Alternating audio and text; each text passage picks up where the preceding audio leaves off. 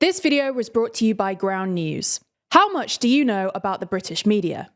Well, you'll probably associate it with things like the royal family, the tabloids, or the paparazzi, or perhaps it's right-leaning politics. A YouGov study back in 2016 found that out of 7 European countries, UK citizens were the most likely to think their media was too right-wing on a range of issues. But now that Britain's legacy media is up against newer, often more left-wing competitors online, could this all be about to change? In this video, we'll take a look at the history of the British media, why it's apparently so right-wing, and how things might look in future. So let's start by looking at how it all began. The British media was set up and run by the educated, wealthy upper class in the 16th century, when the printing press allowed information to be widely circulated through pamphlets, posters, and news sheets. Given that only 15% of the British population could read, the intended audience at the time was the noble and merchant classes, who were concerned with how conflict would impact trade.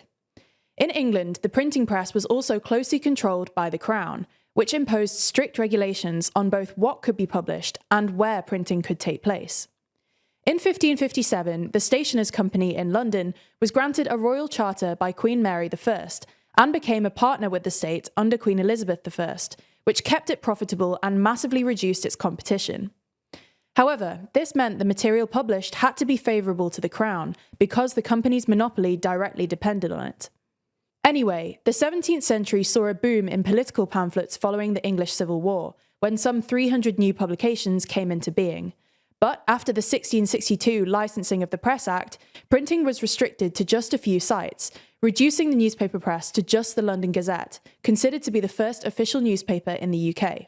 By the early 18th century, there were a handful of news publications, and the emerging journalism industry was increasingly attractive to the literate upper class who wanted to write about issues affecting the bourgeoisie. Some early examples were the Daily Courant on Fleet Street, which focused on foreign news, a lifestyle periodical called The Gentleman's Magazine, which employed the creator of the first modern dictionary, Samuel Johnson, and the high society journals Tatler and The Spectator, which featured more current affairs essays and political satire. It wasn't until the 19th century, though, that newspapers really took off. During the Industrial Revolution, taxes were reduced and mass printing became cheaper and faster, increasing circulation. The Times began publishing in 1785, The Guardian in 1821, The Telegraph in 1885, and the Daily Mail in 1896. Newspapers started becoming more partisan too, and while there was also a boom in socialist papers driven by the trade unionist movement, many of these relied on funding from political parties and simply couldn't keep up with the popular press owned by aristocrats, whose profits were generated by advertising that targeted an increasingly wealthy middle class. One by one, the smaller radical and progressive papers were forced to sell or close down, while those owned by the wealthy elite, i.e. the Times, Telegraph, and Daily Mail, flourished. Now let's fast forward to the present day, looking at current ownership.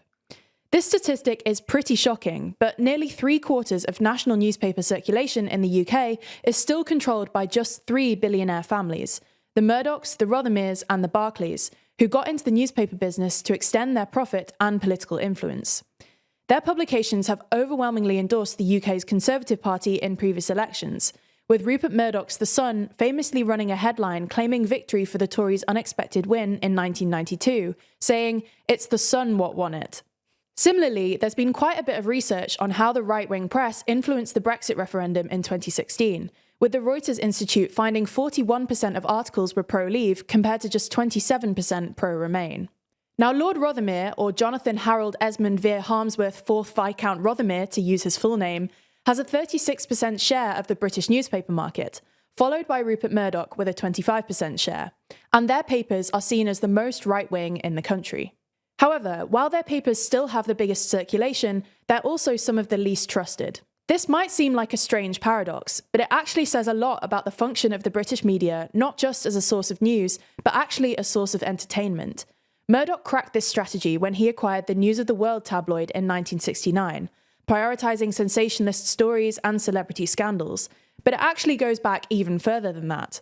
In the 19th century, as the media became a more lucrative trade due to people's growing demand for daily gossip, the major papers moved away from serious news towards more dramatic stories with exaggerated illustrations and satirical cartoons.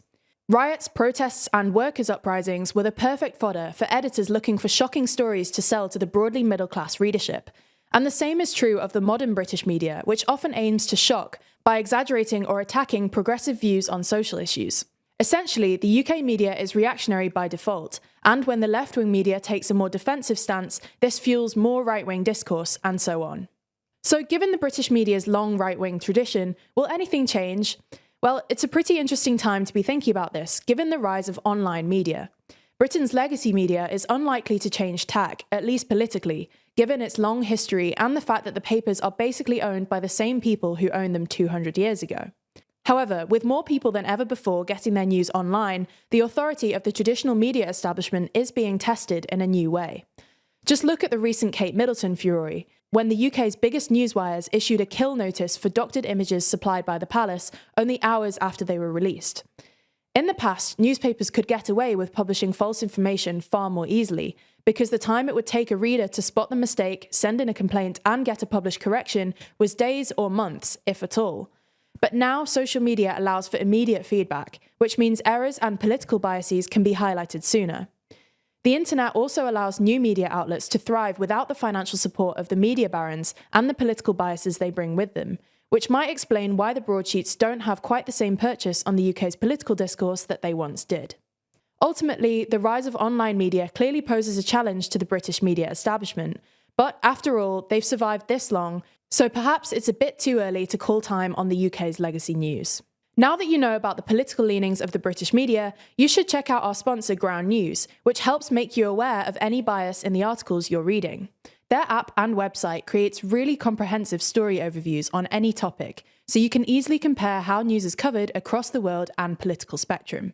For every article reporting on a story, you'll see the source's political bias, how factual they are, and even who owns them. For example, for this story about Rishi Sunak refusing to rule out a May general election, not only can I see that there are 7 sources reporting, but I can quickly identify which sources have a political bias according to ratings from independent news monitoring organisations.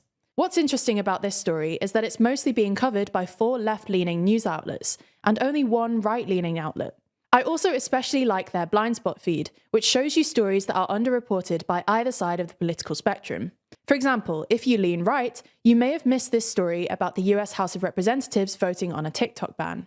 It's unlike any other news app you've come across. So go to ground.news/TLDR or click the link down in the bio to get 40% off unlimited access to their Vantage plan. That's only $5 a month to help an independent news platform working to make the media landscape more transparent.